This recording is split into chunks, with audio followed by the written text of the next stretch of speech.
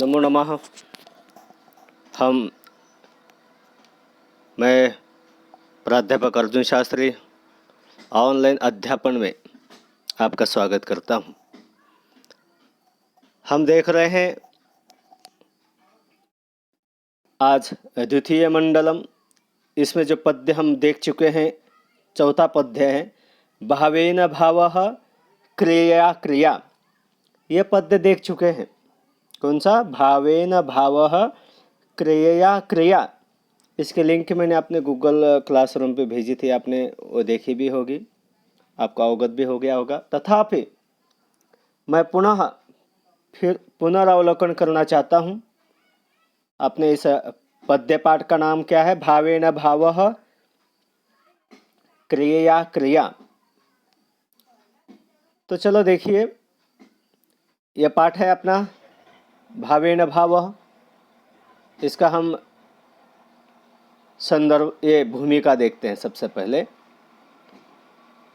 भावेन भावः अर्थात भक्ति से भक्ति, क्रिया क्रिया, कृती से कृती, म्हणजे भक्तीने भक्ती आणि कृतीने कृती। तो भूमिका देखो, सुभाषितम नाम मुक्तक काव्यम, अर्थात सुभाषित का नाम ही मुक्तक काव्य है। अर्थात सुभाषित यानी मुक्त काव्य। यस्य श्रवणं पठनं च आनंददायकम तत् सुभाषितम, अर्थात जिसका श्रवण एवं पठन आनंददायक होता है उसे सुभाषित कहते हैं। संस्कृत सुभाषितानि तेषां आशय सौंदर्यार्थम, शब्द सौंदर्यार्थम, कल्पना वैविध्यार्थम च प्रसिद्धानि एव। जो अपने संस्कृत साहित्य में जो भी सुभाषित है वो आशय सौंदर्य के लिए, शब्द सौंदर्य के लिए अथवा शब्द सौंदर्य के कारण, कल्पना के वैविध्य के कारण या सौंदर्य के कारण ये प्रसिद्ध है। किंतु तथापि परंतु सुभाषितानि प्रायशः वैशिष्ट्यपूर्णः व्याकरण रचनाः अपि प्रकटीकुर्वन्ति। किंतु परंतु सुभाषित जो है अक्सर ये वैशिष्ट्यपूर्ण व्याकरण की रचनाओं को भी प्रकट करते हैं। अर्थात हे सुभाषिते अनेकदा व्याकरणाची एखादी विशिष्ट रचना ही प्रकट करतात। सुभाषितेषु निहितं व्याकरण सौंदर्यं परिचाययितुम् एतत् सुभाषित संकलनम प्रस्तुतम। तथा सुभाषितों में जो व्याकरण का सौंदर्य है इसे विदित करने के लिए, ज्ञात करने के लिए यहाँ पे इन सुभाषितों का संकलन प्रस्तुत किया है। सती सप्तमी संस्कृतस्य विशेष रचना। ये जो सती सप्तमी है जो व्याकरण में है अपने संस्कृत के, ये जो संस्कृत की विशेष रचना है। अस्मिन् पाठे सती सप्तमी रचनायुतानि सुभाषितानि संग्रहितानि। तो अपना जो ये पद्य पाठ है इसमें सती सप्तमी के रचनाओं से युक्त जो सुभाषित हैं उनका यहाँ पे संकलन किया है या संग्रहण किया है।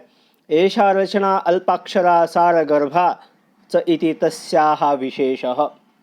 ये जो रचना होती है इनमें कम अक्षर होते हैं तथा इनमें सार अर्थात गहन अर्थ होता है, इसमें ये विशेष है। तो इस प्रकार इस पाठ के माध्यम से हम सती सप्तमी से युक्त सुभाषित देखेंगे। तो चलो आइए, पहला सुभाषित यहाँ दिया हुआ है। चित्ते प्रसन्ने भुवनं प्रसन्नं, चित्ते विषण्णे भुवनं विषण्णम्, अथो अभिलाषो यदि ते सुखेशात्, चित्त प्रसादे प्रथमं यतस्व। किं? चित्त प्रसादे प्रथमं यतस्व। चित्त की प्रसन्नता प्राप्त करने के लिए अर्थात चित्त प्रसन्न होने के लिए सबसे पहले व्यक्ति ने प्रयास करना चाहिए। कि अपना चित्त कैसा रहे, प्रसन्न रहे। क्यों प्रसन्न रहे, तो चलो अन्वय के माध्यम से हमें पता चलेगा इसका अर्थ, भावार्थ, या ये सुभाषितकार क्या कहना चाहते हैं। देखिए अन्वय में, प्रसन्ने चित्ते भुवनम प्रसन्नम, विषण्णे चित्ते भुवनम विषण्णम, अतः यदि ते सुखे अभिलाषः स्यात् तर्हि प्रथमं चित्त प्रसादे यतस्व। तो प्रसन्ने चित्ते भुवनम प्रसन्नम, बड़ा आसान शब्द भी आसान है, सरल है, शब्दों को पढ़ने से हमें इसका अर्थ ज्ञात हो जाता है। तो प्रसन्ने चित्ते, जब अपना चित्त, अंतकरण इंद्रिय है चित्त, बाह्य तो हम देखते हैं पंच ज्ञान इंद्रिय है, पंच कर्म इंद्रिय है, चित्त जो है अंतकरण इंद्रिय है, जिसे मन, अंतकरण, बुद्धि या दिल, हृदय आदि नामों से भी जाना जाता है। तो प्रसन्ने चित्ते, यदि चित्त, अंतकरण या मन प्रसन्न हो जाता है तो भुवनम प्रसन्नम, सारा संसार हमें प्रसन्न दिखाई देता है ना।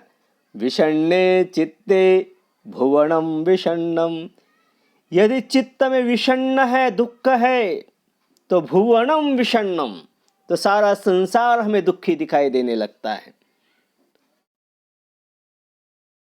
अतः इसलिए यदि ते तुझे सुखे अभिलाषः स्यात्, यदि तुझे सुख की अभिलाषा है या है इच्छा है, तभी सबसे पहले प्रथमम चित्त प्रसादे यतस्व, तो चित्त प्रसन्न के लिए प्रयास करना चाहिए, प्रयत्न करना चाहिए। अर्थात इस सुभाषित में सुभाषितकार यही संदेश दे रहे हैं कि यथा दृष्टि ही तथा सृष्टि, जैसे आपकी दृष्टि है वैसे आपको सृष्टि दिखाई देती है। अर्थात आपकी नजर जैसी है, म्हणतात जसा चष्म्याचा रंग तसा सारा संसार दिसतो। अर्थात आपके मन कैसा है, जैसे मन में आपके विचार है वैसे आपको सामने वाले वो व्यक्ति दिखाई देता है। हम सुनते हैं भगवान कृष्ण दुर्योधन को कहा कि भगवान कृष्ण में सभा में जाके भाई कोई एक अच्छा आदमी लेके आइए, तो जब सभा में चले गए देखा यहाँ तो कोई अच्छा आदमी दिखाई दे नहीं रहा है, सज्जन तो कोई है ही नहीं, तो सज्जन कहाँ है, कहाँ आके ले जाओ। इसलिए वो खाली हाथ भगवान कृष्ण के पास चला गया था। तब भगवान कृष्ण को उन्होंने कहा कि सारे वहां पे तो दुष्ट हैं, सज्जन कौन है। और जब अर्जुन को फिर वासी सभा में भेजा, अर्जुन को कहा कि किसी दुष्ट व्यक्ति को लेके आओ, तो जब अर्जुन वहां चला गया तो उसे कोई दुष्ट दिखाई नहीं दिया, सारे सज्जन लोग दिखाई दे। अर्जुन हो चाहे युधिष्ठिर, कोई भी हो, अर्थात जो जिसके जैसे विचार होते हैं उस व्यक्ति को वैसे ही वो सामने वाला, अर्थात समाज के व्यक्ति या कोई और हो, वो वैसे दिखाई देता है। इसलिए आपका अंतकरण कैसा है, आपके विचार कैसे हैं, ये सबसे बड़ी बात है। इसलिए अपना मन सदैव प्रसन्न रखें तो सारा संसार हमें अच्छा दिखाई देता है। यदि हम दुखी होते हैं तो सारी चीज़ें भी हमें, कोई चीज़ भी हमें अच्छी नहीं लगती। इसलिए यदि सुख चाहते हैं, जीवन में आनंद चाहते हैं, तो सदैव अपना जो मन है, अंतःकरण है, चित्त है, उसे प्रसन्न रखने का प्रयास करना चाहिए। तो यहाँ पे मराठी में भी है, प्रसन्न मन असेल तर जग प्रसन्न वाटते, मन दुःखी असेल तर जगही दुःखी वाटते, म्हणून जर सुखाची इच्छा असेल तर प्रथम मन प्रसन्न ठेवण्याचा प्रयत्न करा। तो स्पष्टीकरण है या सुभाषितामध्ये उपजाती वृत्त आहे, यात सती सप्तमी वापरली आहे। सती सप्तमी दिसत असेल कुठे आहे, चित्ते प्रसन्ने चित्ते विषण्णे या दोन शब्दांमध्ये इथे सती सप्तमी आहे, सती सप्तमी युक्त रचना आहे। तो खाली स्पष्टीकरण ही व्यवस्थित वाचा, आपल्या लक्षात येईल। तो हम अब अगला सुभाषित देखते हैं। तो देखो अगला सुभाषित, खद्यतो द्योतते तावत् यावन्न उदयते शशि, उदिते तो सहस्रांशो न खद्यतो न चंद्रमा। बड़ा ये भी मनोरंजक और सार्थक या बहुत अच्छा सुभाषित है। क्या है, अन्वय में से देख सकते हैं, यावत शशी न उदयते तावत खद्योतः द्योतते। सहस्र अंशो, देखो यहाँ पे शब्द करेक्शन करो, यहाँ पे सहस्र अंशो है। सहस्र अंशो उदीते तु खद्योत न द्योतते चंद्रमा अपि न द्योतते। अर्थात यावत शशी न उदयते, अर्थात जब तक चांद नहीं उदित हो जाता, जब तक चांद उदित नहीं होता तब तक खद्यतः द्योतते, अर्थात वो जो चमकने वाला कीड़ा होता है वो प्रकाशित हो जाता है। अर्थात जो पर्यंत चंद्र उगवत नाही तो पर्यंत काजवा प्रकाशतो किंवा प्रकाशित होतो। सहस्रांशो उदिते तु खद्योतः न द्योतते चंद्रमा अपि न द्योतते। अर्थात सूर्य उगवल्यावर मात्र काजवाही प्रकाशित होत नाही व चंद्रही प्रकाशित होत नाही। तर हा आपला जो सुभाषित आहे अनुष्टुप छंदातील आहे। तर काजव्याचा प्रकाश त्याच्या स्वतः पुरताच असतो आणि जोपर्यंत चंद्र उगवत नाही तोपर्यंत काजवा चमकतो हे दिसते, पण चंद्र प्रकाशात काजव्याचा उजेड लोप पावतो, त्याचा उजेड नष्ट होतो। पण जेव्हा सूर्य उगवतो तेव्हा काजवा व चंद्र दोघांचाही प्रकाश दिसत नाही। अर्थात या सुभाषितातून आपल्याला हाच तात्पर्य मिळतो की जोपर्यंत आपल्यापेक्षा वरचढ व्यक्ती जन्माला येत नाही तोपर्यंत आपल्या पराक्रमाची टिमकी वाजवावी, पण आपल्यापेक्षा एखादी व्यक्ती ज्येष्ठ किंवा वरचढ ठरली तर आपण आपला पराभव पत्करावाच लागतो। ये दूसरा है सुभाषित। आगे तीसरा देखिए, पुस्तकस्था तु या विद्या परहस्तगतं धनम कार्यकाले समुत्पन्ने न सा विद्या न तद्धनम।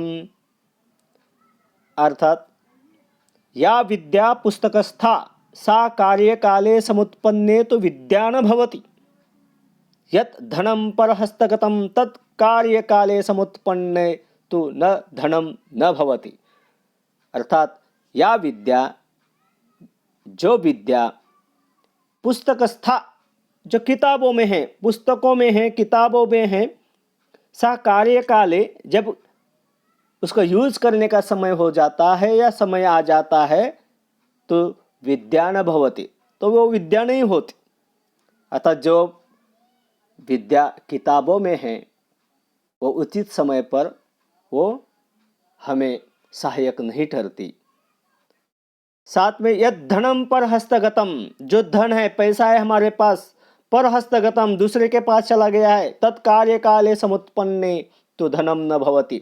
यदि अचानक पैसों की आवश्यकता पड़ी परंतु वो पैसा आपका है, दूसरे के पास है, आपके पास नहीं है और पैसे की आवश्यकता पड़ी तो उस धन का कोई फायदा है? कोई फायदा नहीं, अर्थात कोई उपयोग नहीं। इसलिए स्पष्टीकरण में भी बताया, ये श्लोक अनुष्टुप छंद में है। अर्थात या मराठी मध्ये ज्ञान असो वा पैसा असो तो आपल्याजवळ हवा, कारण ज्ञान वापरण्याची वेळ सांगून येत नाही, ते ज्ञान डोक्यात असेल तरच त्याचा उपयोग होईल। पुस्तके घेऊन काही आपण हिंडत नाही आणि डोके कुठे काढून ठेवत नाही, त्यामुळे विद्या डोक्यात असेल तर त्याचा वापर करणे सोयीचे होईल। तसेच दुसऱ्याला दिलेले धन आपणास वेळेत परत मिळेलच असे नाही, म्हणून देऊन पश्चाताप करण्यापेक्षा स्वतःची गरज लक्षात ठेवून दूसऱ्याला धन द्यावे। तो बढ़िया, ये अच्छे अर्थ हैं और संसार में हम जीवन जीते हुए हमें बहुत ये अच्छे सहायक ठहरने वाले सुभाषित हैं। याद करें, पढ़ें, अर्थम ध्यान दें, अन्वय पढ़ें और इसका भाषांतर भी सम्यकतया करें। धन्यवाद। पुनः मिलामा अगले सुभाषित लेकर के। धन्यवाद। शुभम भवतु।